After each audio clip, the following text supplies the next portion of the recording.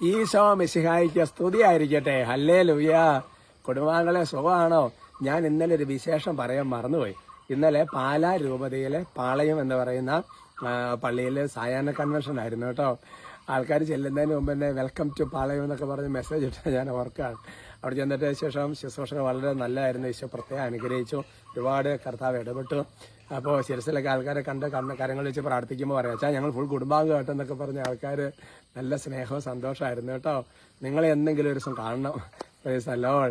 അങ്ങനെ പോകുന്ന വിശേഷങ്ങൾ. പിന്നെ പ്രത്യേകിച്ച് ഇന്നൊരു യാത്രയാണ്. പിന്നെ ഓക്കെ, അത്തരം കാര്യങ്ങളേ ഉള്ളൂ. നിങ്ങളെല്ലാം പറഞ്ഞേക്കാം. നിങ്ങളുടെ പ്രത്യേക നിയോഗങ്ങൾക്ക് വേണ്ടിയിട്ട് പ്രാർത്ഥിക്കുക. കുഞ്ഞുങ്ങളെ വിശേഷം പറഞ്ഞപ്പോൾ നിങ്ങളുടെ കാര്യം മറന്നുപോയി. വേവാ പ്രൈസ് അല്ല, നന്മറിഞ്ഞോട് ചൊല്ലാൻ സമയം ഓടിവാ. ഇത് ചൊല്ലിയിട്ട് ഓടിപ്പോവുള്ളൂ കേട്ടോ. നമുക്ക് ഒരുമിച്ച് ചെല്ലി പ്രാർത്ഥിക്കാം. ഇന്നത്തെ നിങ്ങളുടെ എല്ലാ നിയോഗങ്ങൾക്ക് വേണ്ടിയിട്ടാണ് പ്രാർത്ഥിക്കുന്നത്. എനിക്ക് ഞങ്ങൾ വാർഷിക ധ്യാനത്തിന് ബഹുമാനപ്പെട്ട മാത്യു കക്കാട്ടുപള്ളിയച്ച പറഞ്ഞത് ഈ മധ്യസ്ഥ പ്രാർത്ഥന അതുപോലെ പവർഫുള്ളാണ്. അതായത് ശരിക്കും പറഞ്ഞാൽ മനസ്സിൽ നിയോഗത്തോട് പ്രാർത്ഥിച്ചാൽ അതേപോലെ ഈശ്വര ഇടപെടലുണ്ടാവും. വളരെ ശക്തമായി പറഞ്ഞേ ഓർക്കാം. എല്ലാവർക്കും വേണ്ടി മധ്യസ്ഥം പറയുക.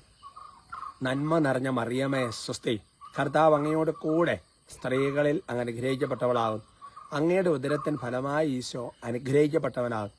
പരിശുദ്ധ മറിയമേ തമ്പുരാന്റെ അമ്മേ, പാപികളായ ഞങ്ങൾക്ക് വേണ്ടി ഇപ്പോഴും ഞങ്ങളുടെ മരണസമയത്തും തമ്പുരാനോട് അപേക്ഷിച്ചു കൊള്ളണമേ. ആമേൻ. Praise the Lord. ഇന്നത്തെ നമ്മുടെ വിഷയത്തിന്റെ തലക്കെട്ട് റോമ 1:24 ലെറ്റർ റോമൻസ് ചാപ്റ്റർ 1:24. തലക്കെട്ട് ഇതാണ്: ആസക്തികൾക്കുള്ള ഒരു കാരണം. ആസക്തികൾക്ക് പല കാരണങ്ങൾ ഉണ്ടാകാം. ഒരു കാരണത്തെക്കുറിച്ച് വെളിപ്പെടുത്താം. അതുകൊണ്ട് ദൈവം അവരെ തങ്ങളുടെ ഭോഗാസക്തികളോട് കൂടെ ശരീരങ്ങൾ പരസ്പരം അപമാനിതമാക്കുന്നതിന് അശുദ്ധിക്ക് വിട്ടുകൊടുത്തു. എന്തൊരു വചനമെന്ന് നോക്കി എൻ്റെ സഹോദരങ്ങൾ. വിട്ടുകൊടുക്കാന്ന് പറഞ്ഞാൽ അതിൻ്റെ അർത്ഥം തന്നെ അല്ലേ? പിന്നെ അത് പൂച്ചയ്ക്ക് വിട്ടു അല്ലേ? അല്ലാന്നുണ്ടെങ്കിൽ കാട്ടുമൃഗങ്ങൾക്ക് വിട്ടുകൊടുത്തതൊക്കെ പറഞ്ഞ പോലെ അല്ലേ? പോലീസിന് വിട്ടുകൊടുത്തെന്ന് പറഞ്ഞ പോലെ എന്ന് പറഞ്ഞാൽ എൻ്റെ പ്രിയപ്പെട്ട സഹോദരങ്ങളെ, അല്ലെങ്കിൽ കേസ് ക്രൈംബ്രാഞ്ചിന് വിട്ടുകൊടുത്തു അല്ലേ? നിങ്ങൾക്ക് മനസ്സിലാകാനുള്ള ചില ഉദാഹരണങ്ങൾ പറയാം.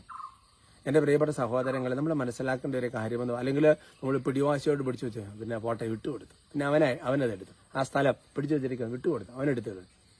ഇവിടെ ദൈവത്തിന്റെ വചനം വെളിപ്പെടുത്താം. ദൈവത്തിന്റെ വചനം വെളിപ്പെടുന്നത് എന്നാണെന്നറിയോ? ഇതാണ്. അതുകൊണ്ടെന്ന് പറയുമ്പോൾ ഒരു പ്രശ്നം കിടക്കുന്നുണ്ട്. ദൈവത്തിന് കൊടുക്കേണ്ട മഹത്വം ദൈവത്തിന് കൊടുക്കാതെ വേറെ പലതിനും കൊടുത്തു. ഇതേപോലെ തുല്യമായ വചനങ്ങൾ വേറെ വന്നിട്ടുണ്ട്. അത് ഞാൻ നേരത്തെ പറഞ്ഞിട്ടുള്ളതാണ്. എന്ന് പറഞ്ഞാൽ അവിടെ ശരിക്കും പറഞ്ഞാൽ 1-ാം പ്രമാണ ലംഘനവുമായിട്ട് ബന്ധപ്പെട്ടാണ്. എന്ന് പറഞ്ഞാൽ ദൈവത്തിന് കൊടുക്കേണ്ട മഹത്വം ദൈവത്തിന് കൊടുക്കാതെ അന്യ ദൈവങ്ങൾക്ക് കൈമാറി എന്ന് പറയുന്ന പോലെ എൻ്റെ ഒരു വേറൊരു മാനിഫെസ്റ്റേഷനാണ്. ദൈവത്തിന് കൊടുക്കേണ്ട മഹത്വം ദൈവത്തിന് കൊടുക്കാൻ നമ്മളെടുത്തു. നമ്മുടെ കാലത്ത് നമ്മളല്ലേ ചെയ്തത് കേട്ടോ. മഹത്വം നമ്മളെടുത്തു. അതിൻ്റെ പ്രൈഡ്, അഹങ്കാരം, അല്ലെങ്കിൽ മറ്റുള്ളവർക്ക് മഹത്വം കൊടുത്തു. ഇതൊക്കെ സംഭവിക്കുമ്പോൾ അതുകൊണ്ട് ദൈവം അവരെ തങ്ങളുടെ ഭോഗാസക്തികളോടുകൂടെ ശരീരങ്ങൾ പരസ്പരം അപമാനിതമാക്കുന്ന സ്വർഗഭോഗം അടക്കമുള്ള എല്ലാ അശുദ്ധ പാപം വിളച്ച വിട്ടുകൊടുത്ത് ദൈവത്തിന്റെ വചനം വെളിപ്പെടുത്തുക.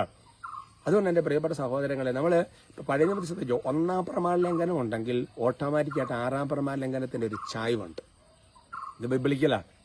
പഴയ നിയമത്തിനോട് പുതിയ നിയമത്തിൽ റോമ ഒന്ന് പഠിപ്പിക്കുകയും ചെയ്യുന്നു. അതുകൊണ്ട് എപ്പോഴും നമ്മൾ glory is only four God. ദൈവത്തിന് മാത്രമാണ് മഹത്വം. അത് നമ്മൾ എടുക്കരുത്. ഈശോയ്ക്ക് മാത്രം മഹത്വം. കൊളോസസ് 3:17 ആയിരിക്കും അല്ലേ? നോക്കിയാൽ അവർ വചനം വെളിപ്പെടുത്താം. നിങ്ങൾ വാക്കാലോ പ്രവർത്തിയാൽ എന്ത് ചെയ്താലും അതെല്ലാം പിതാവായ ദൈവത്തിനാണ് അല്ലേ? ഈശോ വഴി ഈശോയ്ക്ക് മഹത്വം കൊടുത്തുകൊണ്ട് ചെയ്യണം എന്നുള്ളതാണ് ദൈവത്തിന്റെ വചനം വെളിപ്പെടുന്നത്. അപ്പം അതുകൊണ്ട് വളരെ സീരിയസ് ആയിട്ട് എടുക്കണം കേട്ടോ. ആസക്തികൾക്കുള്ള പല കാരണങ്ങൾ. ഒരു കാരണം ഇതാണ്.